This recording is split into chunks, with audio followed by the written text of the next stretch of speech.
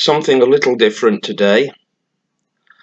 I used to work in offices, and when I got bored, I often amused myself by writing limericks about the people I worked with.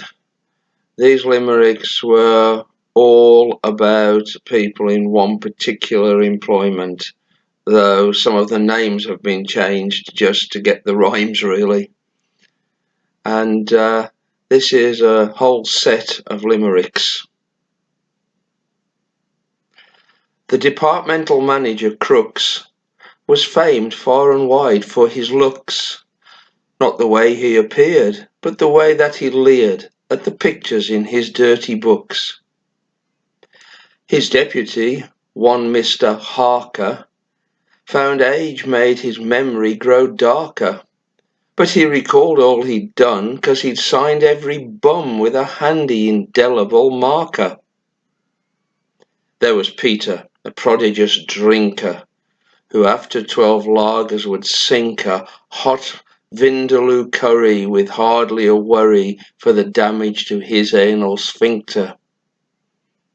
And a Mormon named William who felt his wife's virtue had to be helped, but as he had 8, had to carry the weight of the keys to each chastity belt.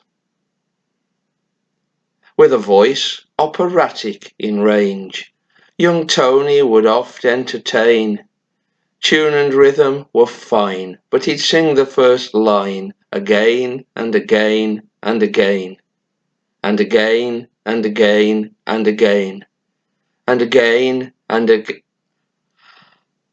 A long-standing team member, Lenny, was admired and respected by many, though more than a few held the opposite view, which seemed not to bother Len any. While composing a limerick for Graham, there were limits, and Graham did say 'em.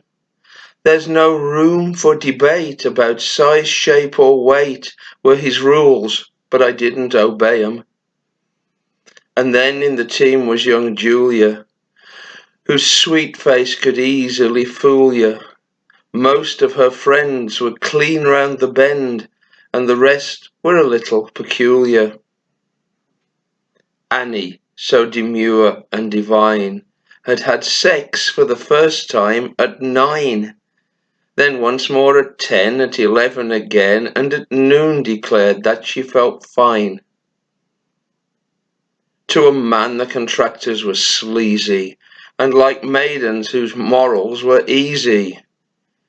They all loved to hear a simple and clear, go ahead, you may do as you pleasey. Jack's belching and farting were clever, a truly amazing endeavour, but his pièce de résistance was flushing his systems simultaneously, both ends together. To Don only 2 vices mattered, his gambling and the women he flattered, and a win on the former, be it small or enormous, was rapidly spent on the latter. Vegetarian Jan viewed with scorn any food that had ever been born. She would simply not eat a dish made with meat, though she might stretch a point for a prawn. Rhymes about young ladies named Mandy invite second lines ending in Randy. But our Mandy, I'm sure, was both sweet and demure, except after 2 half-pints of shandy. Bob's vice was both strange and perverse, undoubtedly one of the worst.